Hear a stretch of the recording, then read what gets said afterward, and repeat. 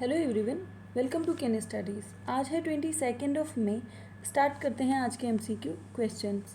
आज का first question है, where will wing India 2024 Asia's largest event on civil aviation be held. आपसे पूछा जा रहा है, नागरिक उड्डयन पर एशिया का सबसे बड़ा आयोजन विंग इंडिया 2024 का आयोजन कहाँ किया जाएगा।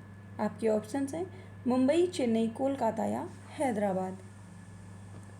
और इस क्वेश्चन में आपका करेक्ट ऑप्शन हो जाएगा ऑप्शन डी, विंग इंडिया 2024 का आयोजन किया जाएगा हैदराबाद में। And it is the largest event on civil aviation in Asia, जो कि होगा Begumpet airport in Hyderabad. Ministry of civil aviation, airport authority of India and federation of Indian chambers of commerce and industry are organizing this upcoming edition of wing India 2024।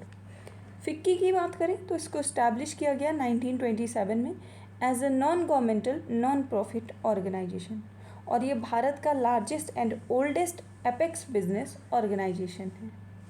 इसके साथ ही Airport authority of India की बात करें तो इसको constitute किया गया था by the act of parliament, और it came into existence in 1995। बढ़ते हैं नेक्स्ट क्वेश्चन की ओर। What is the primary goal of National Ayush Mission. आपसे पूछा जा रहा है, राष्ट्रीय आयुष मिशन का प्राथमिक लक्ष्य क्या है। आपके ऑप्शंस हैं to establish Ayush health wellness centres in every states capital, to provide modern health care services to rural communities, to promote ayurvedic medicine in world wide usages, और to improve the health and wellness of individuals and communities. और इस question में आपका correct option हो जाएगा option D, to improve health and wellness of individuals and communities. So National Ayush Mission is to establish Ayush health wellness centers across the country and provide accessible and quality health care services based on traditional system of medicine, thus improving the overall health population.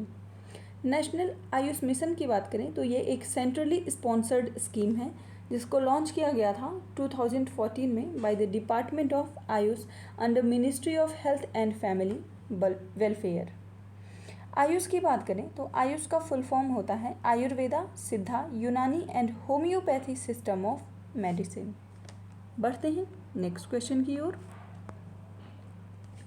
Which country is hosting 6th Indian ocean Conference. आपसे पूछा जा रहा है, निम्न में से कौन सा देश छठे हिंद महासागर सम्मेलन की मेजबानी कर रहा है। आपके ऑप्शंस हैं बहामास, बांग्लादेश, इंडिया या बहरीन। और इस क्वेश्चन में आपका करेक्ट ऑप्शन हो जाएगा ऑप्शन बी, इसका आयोजन बांग्लादेश के द्वारा किया जा रहा है। So 6th Indian ocean conference is set to take place in Dhaka, Bangladesh, and this conference is organized by India foundation in association with the ministry of foreign affairs, government of Bangladesh and S Rajaratnam school of international studies in Singapore. और इस वर्ष Indian ocean conference की theme है peace, prosperity and partnership for a resilient future. Hindi में कहें तो इस वर्ष की थीम है शांति, समृद्धि और लचीले भविष्य हेतु साझेदारी। इस कॉन्फ्रेंस में 25 से अधिक देशों के प्रतिनिधि भाग लेंगे। बढ़ते हैं नेक्स्ट क्वेश्चन की ओर। In which city was the SCO Startup Forum 2023 organized? आपसे पूछा जा रहा है, SCO Startup Forum 2023 का आयोजन कहाँ किया जा रहा है। आपके ऑप्शंस हैं हैदराबाद, जोधपुर, पुणे या न्यू दिल्ली।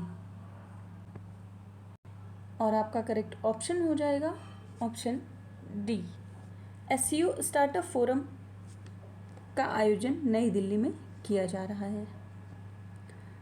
ये 3rd एडिशन है संघाई कोऑपरेशन ऑर्गेनाइजेशन के स्टार्टअप फोरम का, जो कि ऑर्गेनाइज किया जा रहा है स्टार्टअप इंडिया के द्वारा,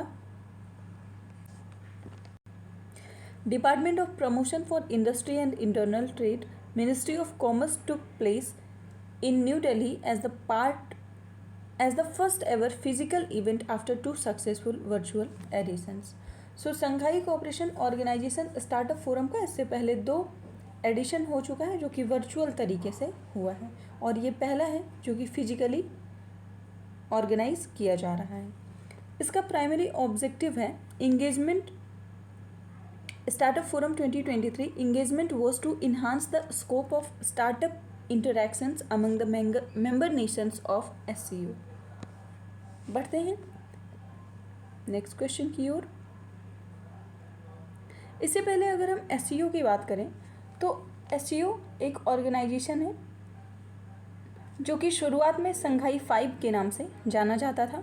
इसमें 5 देश थे, चीन, कजाकिस्तान, किर्गिस्तान, रूस और ताजिकिस्तान। इसको स्थापित किया गया था 1996 में। बाद में इसमें 2001 में उज्बेकिस्तान शामिल हुआ, तब इसका नाम दिया गया संघाई 6, और फिर आगे चलकर 2017 में इसमें इंडिया और पाकिस्तान शामिल हुए। तो वर्तमान समय में संघाई सहयोग संगठन में 8 देश हैं। पढ़ते हैं नेक्स्ट क्वेश्चन की ओर। Which cricketer holds the distinction of scoring a century in Test, ODIs, T20s and Indian Premier League? आपसे पूछा जा रहा है निम्न में से किस क्रिकेटर के पास टेस्ट, ODI, T20 और इंडियन प्रीमियर लीग में शतक बनाने का गौरव प्राप्त है। आपके ऑप्शंस हैं महेंद्र सिंह धोनी, विराट कोहली, शुभमन गिल या अर्जुन तेंदुलकर। और इस क्वेश्चन में आपका करेक्ट ऑप्शन हो जाएगा ऑप्शन सी। ऐसा करने वाले इंडियन क्रिकेटर हैं Shubman Gill. So Shubman Gill has become the only cricketer in history to score a century in Test matches, ODIs, T20 international and Indian Premier League in a calendar year. बढ़ते हैं next question की ओर। Which Indian film recently received the Best Film Award at the UK Asian Film Festival 2023? आपसे पूछा जा रहा है हाल ही में किस भारतीय फिल्म को UK एशियन फिल्म फेस्टिवल 2023 में सर्वश्रेष्ठ फिल्म का पुरस्कार मिला है। आपके ऑप्शंस हैं पठान, बाहुबली, भगवान भरोसे या RRR। और इस क्वेश्चन में आपका करेक्ट ऑप्शन हो जाएगा option C. UK Asian Film Festival में बेस्ट फिल्म का अवार्ड मिला है भगवान भरोसे फिल्म को।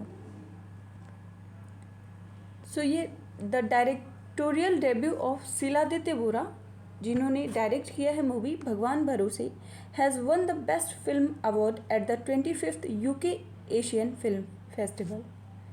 आज के करंट अफेयर सेशन में इतना ही। धन्यवाद।